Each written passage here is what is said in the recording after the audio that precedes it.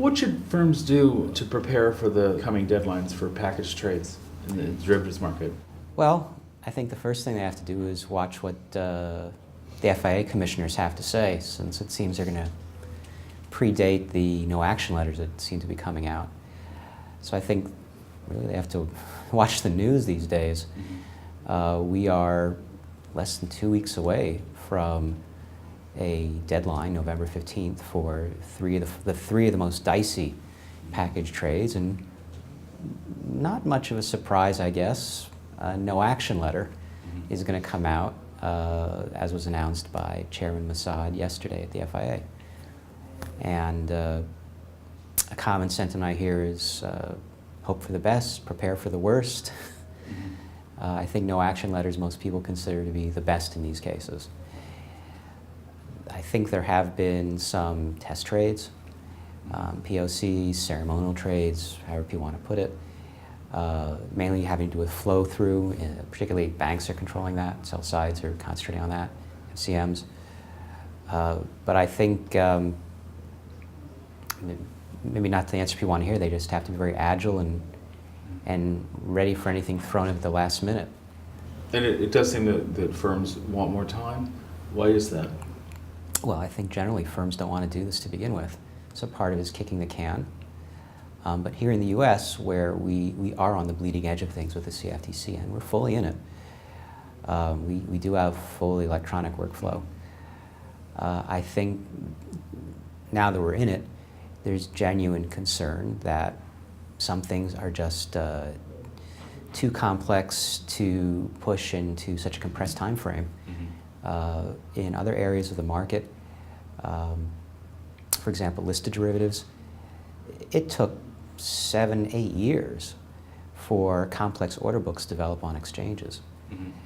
And even for standards on how to electronically trade complex orders, you know, for 4 years it was sort of unofficial, hidden fix specs, and you know, fix is pretty standard. So I think there's a great deal of time compression just in the overall electronification via regulatory mandate. So now that we're in it, you know, it's wait, it's too complex. The complex order is too complex for us, package trades. As well, for global firms in the current environment, the kick the can kind of regulatory regime practices in Europe are having an effect. And I think most people have their eye on the December 15th European deadline for CCPs, and that's throwing into the mix. So this is a very interesting environment. And as well, the CFTC is up for reauthorization this year. So it's pretty rocky road right now. And to complicate matters, the GOP will take over both houses of Congress next year. What impacts do you think that might have on derivatives reform? Well, there's two sides to that. On the one hand, there is oversight, and they can pass, theoretically, anything they want. Now, they've got both the House and the Senate. So you might think, well, they're just going to take it all down. And the CFTC is up for reauthorization, of course. However, the flip side of the coin is that inside the Congress, there are many, particularly in the Senate, there are many on both the Democratic and Republican side who feel that some things have not gone far enough, not so much in terms of regulations, but enforcement of regulations. So there's that countervailing pressure. That aside, we're going to have a new Attorney General. And while it's true, President Obama is going to have to get his nomination through the Senate, it's kind of a question of who's going to be the next Attorney General. If it was Preet from New York, that could be very interesting in terms of regulatory enforcement, things referred over for prosecution or just for investigation.